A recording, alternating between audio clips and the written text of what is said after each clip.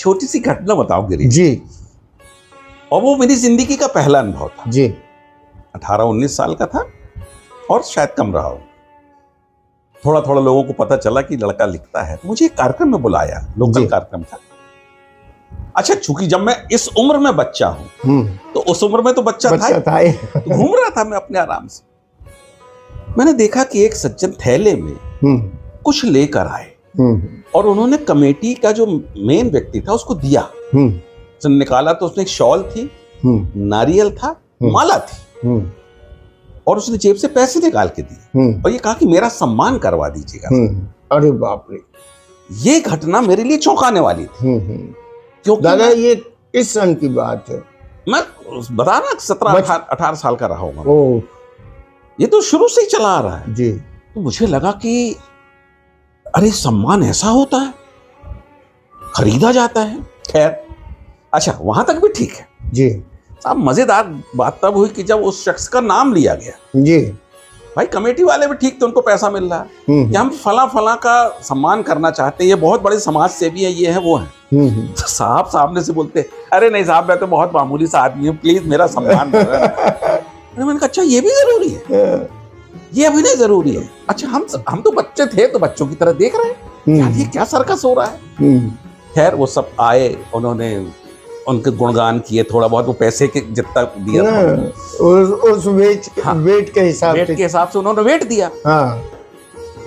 उसके बाद उन्होंने छोटा सा कवि सम्मेलन रखा था। तो शुरुआत में एक दो के बाद उन्होंने कहा कि एक नया लड़का है, अच्छा कह रहा है, सुन लीजिए। अब हमको तो आज भी शऊर नहीं है पढ़ने का, हमको लगता सच बोलो दादा, नहीं हमको लगता सच बोलो, जो है तो है, माँ लिखवा रही है तो जो गलत है उसको गलत बोलो। मैं खड़ा हुआ, मैंने कहा अभी थोड़ी देर पहले मैंने कुछ देखा यहाँ पर और माँ ने 4 पंक्तियां लिखवाई है तो मैं आपको दे रहा हूँ। आपने एक्सटेम्पोर आशु कविता रच भी दी थी। हाँ, वो माँ ने लिखवा दिया क्योंकि नहीं तो औकात नहीं, आप दिन भर बैठे रहे एक शब्द नहीं लिख सकते। तो मैंने पढ़ दिया कि जो नहीं है वो मेरा यशगान करवा दीजिए, जो नहीं है वो मेरा यशगान करवा दीजिए, इस दुकानदारी से कुछ पहचान करवा दीजिए, एक शॉल, नारियल, फूल माला, दक्षिणा मैं भी लाया, मेरा भी सम्मान करवा। अरे उनका तो ये था कि ये बदतमीज लड़का। नहीं ये बदतमीजी मैंने भी की है खुल के, आज तो मुझसे रहा नहीं गया। मैंने भोला राम का विमोचन शीर्षक से एक आर्टिकल डाला है, सटायर डाला है।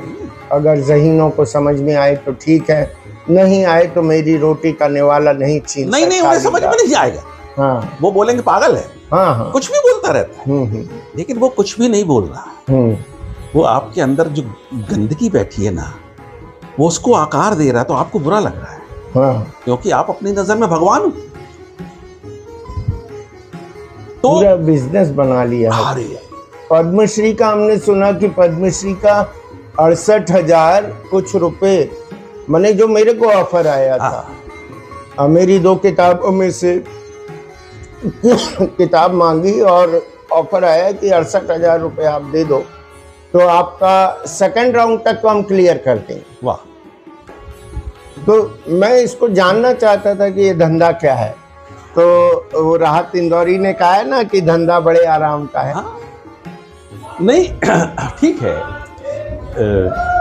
आप खरीद सकते हो सम्मान, लेकिन मुझे नहीं लगता कि ठीक है 29 दिन तक जी आप उस सम्मान को देख के गौरव का अनुभव करेंगे।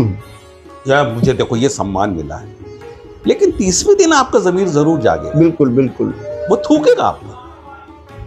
आप जब जब आईने के सामने खड़े हो आप अपने आप से झूठ नहीं बोल सकते।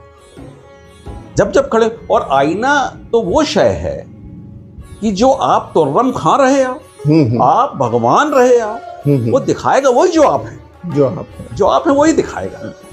लेकिन अगर आपको उसकी भाषा समझती है, आप समझते हैं कि वो क्या बोलता है, तो यकीन मानिए कि जिस दिन उसने ये बोल दिया तो ये भी आपको मार डालेगा अगर आपके अंदर ज़मीर है।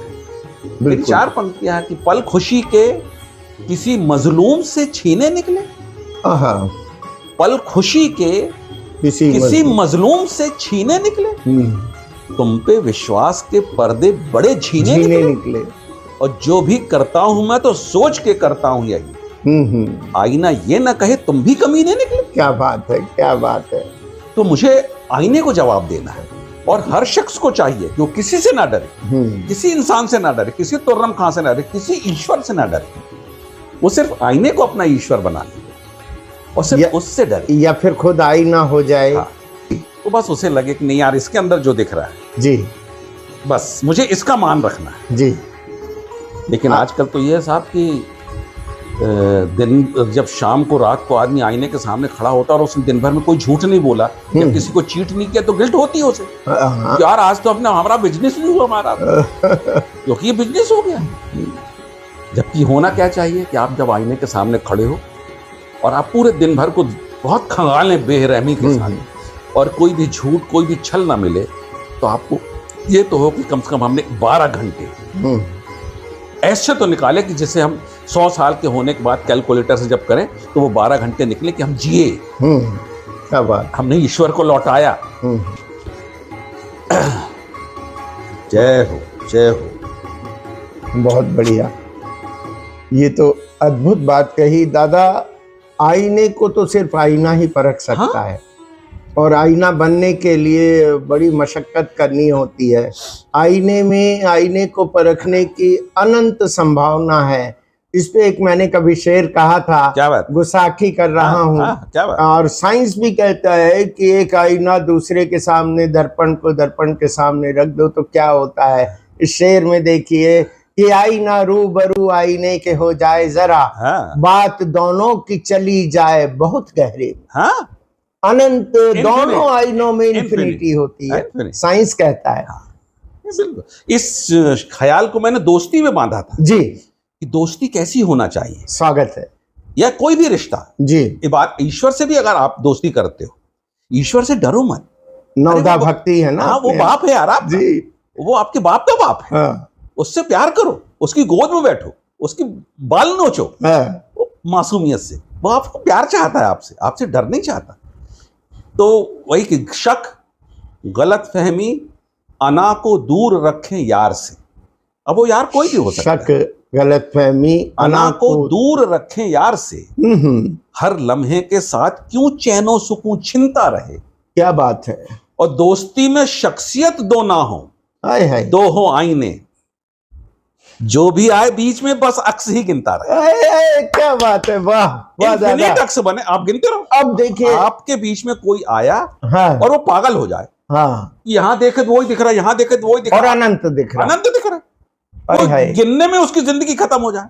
ये दादा आपने कब लिखी थी? ये शुरुआती दौर का है, जब लगभग ये 20-22 साल दादा, लगभग ये 20-22 साल पुराना शेर है। नहीं, 20-22 साल का जब मैं था तब आप थे। हाँ, ये मतलब हम अपनी वेवलेंथ को मैच कर रहे हैं, और मजा आएगा दर्शकों को। इस वेवलेंथ पे बात करने वाले दो भाइयों के बीच कुछ समझने की कोशिश कीजिए कि हम आपको किस तरफ ले जा रहे हैं।